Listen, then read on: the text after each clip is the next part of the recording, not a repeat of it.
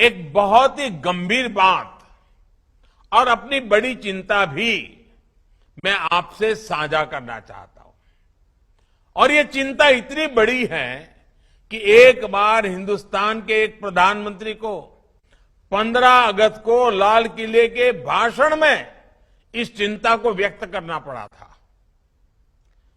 समय के साथ हमारी राजनीति में एक गंभीर विकार आता गया है। राजनीति में जनता को सच बताने का साहस होना चाहिए, लेकिन हम देखते हैं कि कुछ राज्यों में इससे बचने की कोशिश होती है। ये रणनीति तत्कालिक रूप से अच्छी राजनीति लग सकती है, लेकिन ये आज के सच को, आज की चुनौतियों को कल के लिए, अपने बच्चों के लिए, अपनी भावी पीढ़ियों के लिए टालने वाली योजना है। उनका भविष्य तबाह करने वाली बातें हैं। समस्या का समाधान आज ढूंढने के बजाय उनको ये सोच करके टाल देने की कोई, और इसको समझेगा कोई और सुलझाएगा, आने वाला जो करेगा करेगा, मुझे क्या, मैं तो 5 साल 10 साल में चला जाऊंगा। ये सोच देश की भलाई के लिए उचित नहीं है। इसी सोच की वजह से देश के कई राज्यों में आज पावर सेक्टर बहुत बड़े संकट में है। और जब किसी राज्य का पावर सेक्टर कमजोर होता है तो इसका प्रभाव पूरे देश के पावर सेक्टर पर भी पड़ता है और उस राज्य के भविष्य को अंधकार की ओर धकेल देता है। आप भी जानते हैं कि हमारे डिस्ट्रीब्यूशन सेक्टर में लॉसेस डबल डिजिट में हैं, जबकि दुनिया के विकसित देशों में ये सिंगल डिजिट में बहुत नगण्य है।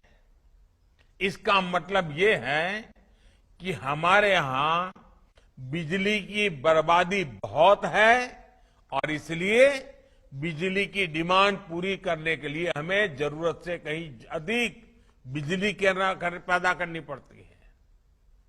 अब सवाल ये है कि डिस्ट्रीब्यूशन और ट्रांसमिशन के दौरान तो जो नुकसान होता है उसे कम करने के लिए राज्यों में जरूरी निवेश क्यों नहीं होता?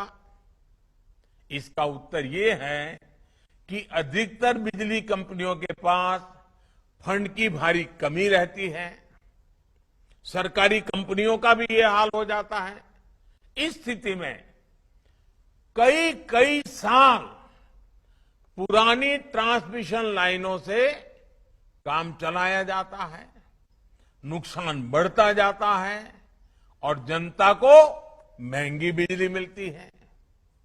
आंकड़े बताते हैं कि बिजली कंपनियां बिजली तो पर्याप्त पैदा कर रही है, लेकिन फिर भी उनके पास जरूरी फंड नहीं है और ज्यादातर ये कंपनियां सरकारों की है। इस कड़वे सच से आप सभी परिचित हैं। शायद ही कभी ऐसा हुआ हो कि डिस्ट्रीब्यूशन कंपनीज का पैसा उनको समय पर मिला हो।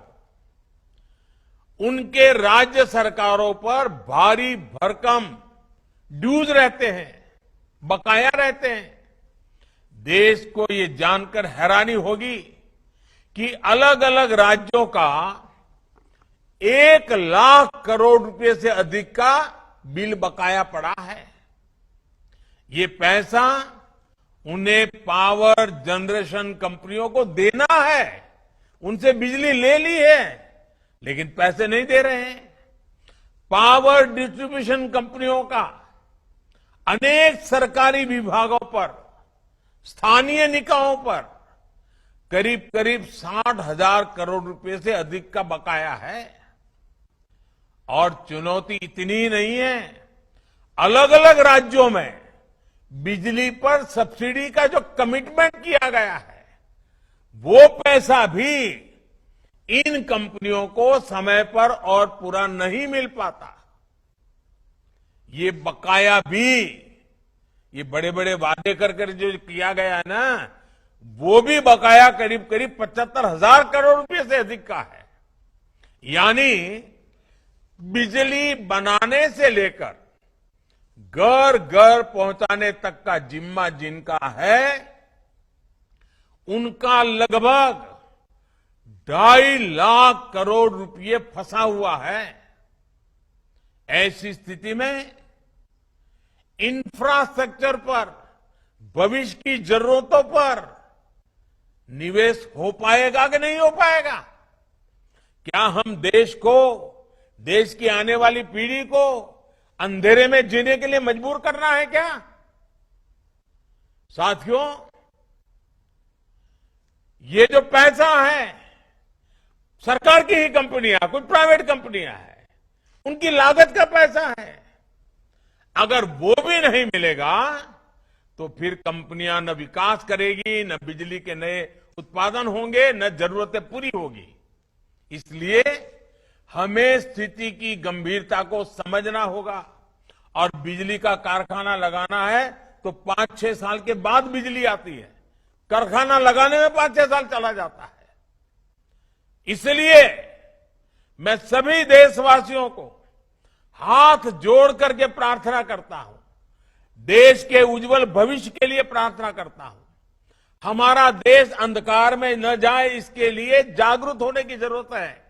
और इसलिए मैं कहता हूं, ये राजनीति का नहीं, ये राष्ट्र नीति और राष्ट्र निर्माण का सवाल है। बिजली से जुड़े पूरे सिस्टम की सुरक्षा का सवाल है। जिन राज्यों के ड्यूज पेंडिंग है, मेरा उनसे आग्रह है कि वे जितना जल्दी संभव हो सके इन चीजों को क्लियर करें। साथ ही उन कारणों पर भी ईमानदारी से विचार करें कि जब देशवासी ईमानदारी से अपना बिजली का बिल चुकाते हैं, तब भी कुछ राज्यों का बार बार बकाया क्यों रहता है? देश के सभी राज्यों द्वारा इस चुनौती का उचित समाधान तलाशना आज समय की मांग है। साथियों, देश के तेज विकास के लिए बहुत जरूरी है कि पावर और एनर्जी सेक्टर का इंफ्रास्ट्रक्चर हमेशा मजबूत रहे, हमेशा आधुनिक होता रहे। हम उस स्थिति की कल्पना भी कर सकते हैं कि अगर बीते 8 वर्षों में सबके प्रयास से इस सेक्टर को नहीं सुधारा गया होता तो आज ही कितनी मुसीबतें आकर के खड़ी हो गई होती। बार बार ब्लैकआउट होते, शहर हो या गांव, कुछ घंटे ही बिजली आती, खेत में सिंचाई के लिए किसान तरस जाते, कारखाने थम जाते। आज देश का नागरिक सुविधाएं चाहता है, मोबाइल फोन की चार्जिंग जैसी चीजें उसके लिए रोटी, कपड़ा और मकान जैसी जरूरत बन गई है। बिजली की स्थिति पहले जैसी होती तो कुछ भी नहीं हो पाता। इसलिए बिजली सेक्टर की मजबूती हर किसी का संकल्प होना चाहिए, हर किसी का दायित्व होना चाहिए, हर किसी को इस कर्तव्य को निभाना चाहिए।